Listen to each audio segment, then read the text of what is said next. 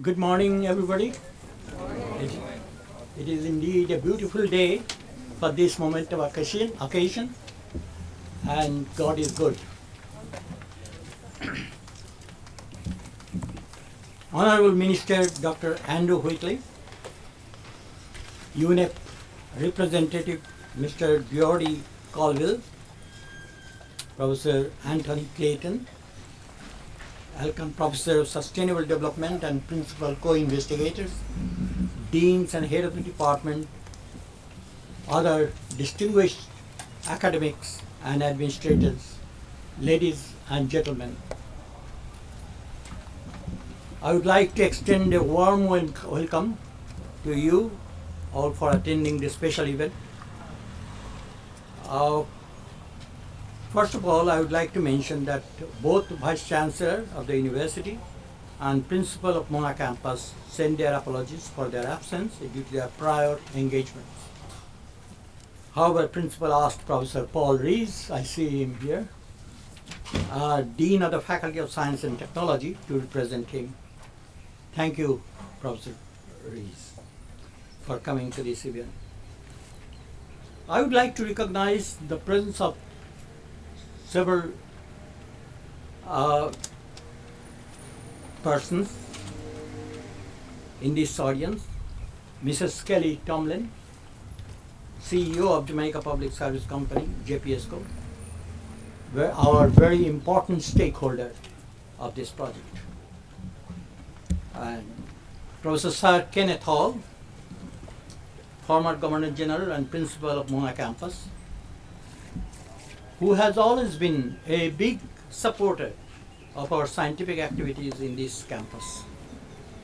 Thank you, Sir Ken, for your presence here, and thank you, Kelly Tomlin, for your attendance. I would also like to recognize Professor Dale Weaver, Pro Vice Chancellor of Graduate Studies and Research, in the audience. Professor Weaver was one of the internal evaluators of our project initially, and we are, of course, especially very grateful to Honorable Minister Andrew Whitley, who took time off from his extremely busy schedule to attend this event. Dr. Whitley, I believe this is your first official visit to the campus after you took your ministerial responsibility. Of course, you spent years in our campus as an undergraduate and graduate studies student. It is almost your second home. I would also like to extend special welcome to UNEP representative, Mr. Geordie Colville, who traveled all the way from Kenya to attend this ceremony, and also the steering committee meeting which held yesterday. Mr. Colville is, of course, not a stranger in our country. This is his second visit to Jamaica as a task manager of our project. If everything goes well, we are hoping to see him again for the opening ceremony of the building early next year. It has been an unbelievable long journey to reach this point. I and Prof. Clayton started to write this project in 2007 and took 5 years to get approval from the GEF. And then to reach this stage, we had to cross long, thorny road. The good news is that we are now ready to start our building and to fulfill our dream. When completed, this will be the first prototype and net zero energy building in the Caribbean region. And we are all very proud of this achievement. Hopefully, then we can transmit our knowledge to other Caribbean countries to build more ZEBs. I'm not going to spend any more time on the project. I will leave that for Prof. Clayton to speak. Before I do that, I would like to point out some interesting implications which will emerge from this building. Based on our baseline data, this building will save approximately 50,000 kilowatt hours per year, which translate to reduction of emission of 34.5 metric tons of carbon dioxide. This is quite significant for a single 3,500 square feet of house. It isn't simply a math to calculate the extent of reduction of greenhouse gas in Jamaica by constructing all new houses from now on as net ZEB. According to MSEC, the electricity consumption in 2014, if I'm not wrong, was 4,112 gigawatts hour, which simply means that we are emitting 2.5 million carbon dioxide equivalent in the atmosphere in a year. I just leave it to you to think about the benefits living in your own zero energy house and paying nothing for the energy. Without further ado, I now ask Professor Clayton to come to the podium to speak on the details of our project. Thank you again for coming.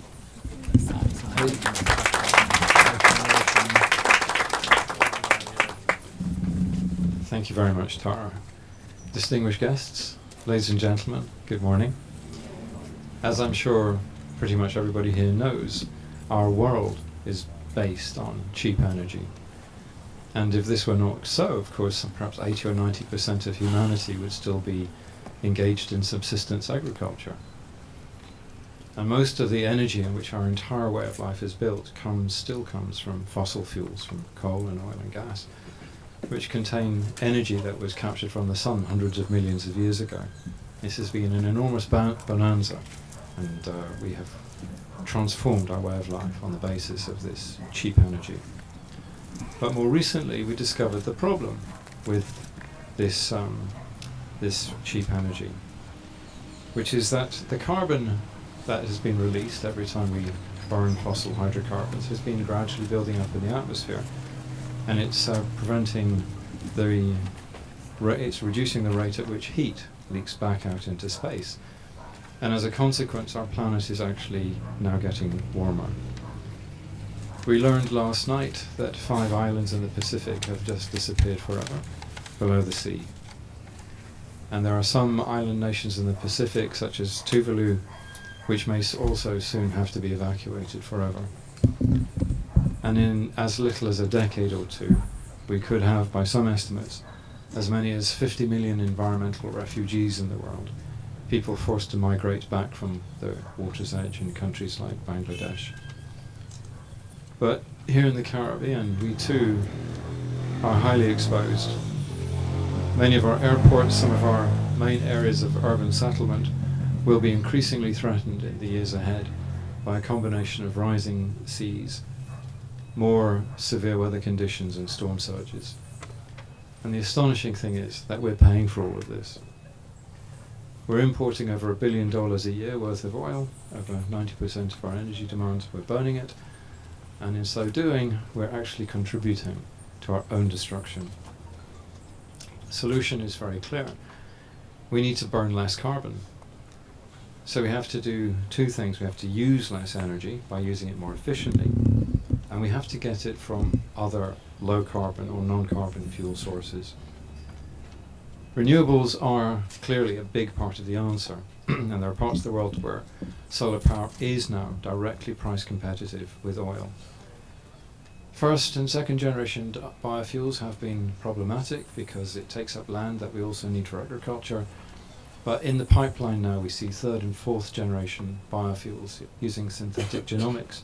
Maybe there will come a future in which these replace fossil oil entirely. And there are new concepts in development like seabed turbines, which could potentially provide enormous quantities of electricity for island nations. But although investing in big new energy projects always gets more attention, it is in fact by far the more important goal simply to improve energy efficiency. It almost always costs less to save $1 than it does to generate a new unit of power. And this is where we think our building may actually be a part of showing the way forward for the Caribbean. This building is designed to generate as much power as it consumes, and even export its surplus over the grid. If we could make every building from now on operate to these kinds of standards, we could maybe in future actually start closing down our power stations, as some of them will no longer be required.